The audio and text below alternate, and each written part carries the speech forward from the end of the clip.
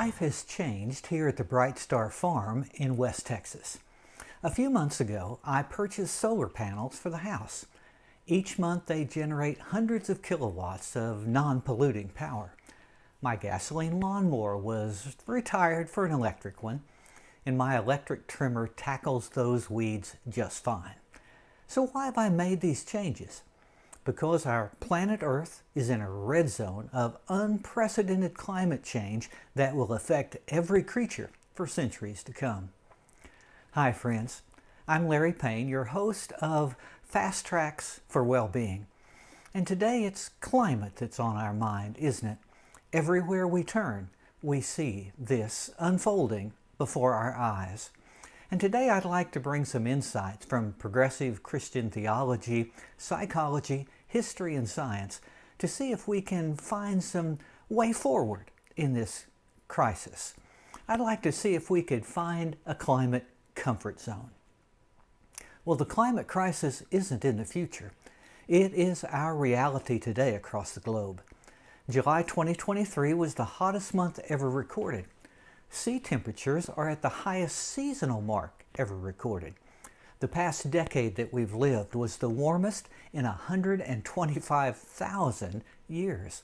And we could look at carbon dioxide levels, which are at the highest level in the past 2 million years. And of course, all of this is the result of greenhouse gases from modern human society.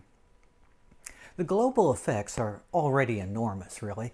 Billion-dollar disasters are common nationwide and worldwide as hurricanes and wildfires and droughts and crop failures have exceeded anything on record. And even more significant perhaps and more personal, our own emotional health as individuals and as a society is at risk from all of this. Trauma from natural events and disasters and economic hardship tears apart the very soul of a person and affects the society around them. The foundational stress of dysfunction on our society brings polarization and dysfunction to basic government services. And looking at the conflicts across the globe, we might coin the phrase, hurting nations hurt others. The bottom line is that this climate crisis is reducing the quality of life for you and for me and our neighbors across the world.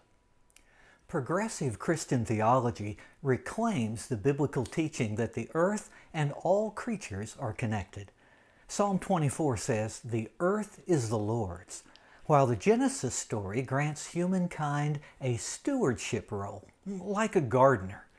The great commandment of the New Testament calls us to love our neighbor, with the application that our neighbor is a global ecological community that requires care and sustainability.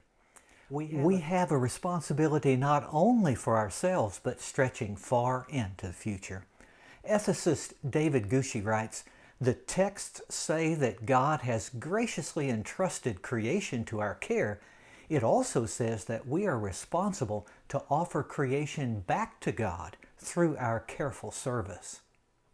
In 2022, Pope Francis of the Roman Catholic Church, Patriarch Bartholomew of the Eastern Orthodox Church, and Anglican Archbishop Welby issued a joint declaration, the very first time this had ever been done in history.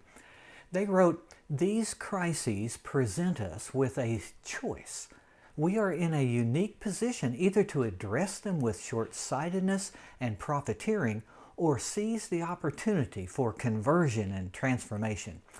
Caring for God's creation is a spiritual commission requiring a response of commitment. This is a critical moment," they said. "Our children's future and the future of our common home depend on it." That's a powerful statement.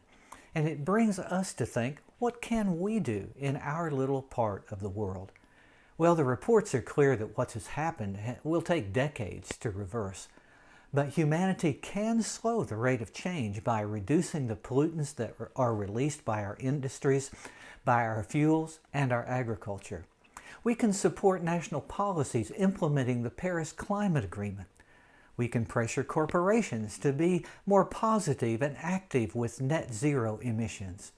And even more, the United Nations Act Now effort highlights 10 things that anyone can do today. The top 5 are drive less, use less energy, eat plant-based foods, recycle, reduce, repair, and repurpose goods, and speak up for change. Well, there is more to do and to learn on this Act Now app. It guides us toward a sustainable climate by providing some daily tips, some impact trackers, habits and stories and challenges. I think our quality of life can be better now and tomorrow if we take action. You may even want to sell that beat-up smoking lawnmower or the gas-guzzling SUV to help your corner of the planet. I conclude with the prayer of Pope Francis from the encyclical that he released on the subject.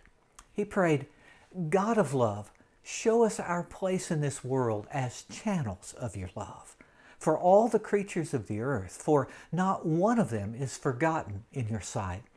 Enlighten those who possess money and power, that they may avoid the sin of indifference, that they may love the common good, advance for the weak, and care for the world in which we live." Now is our time for action. And on your journey to well-being, let's express the faith and the love to care for ourselves, our families, our future, and the planet.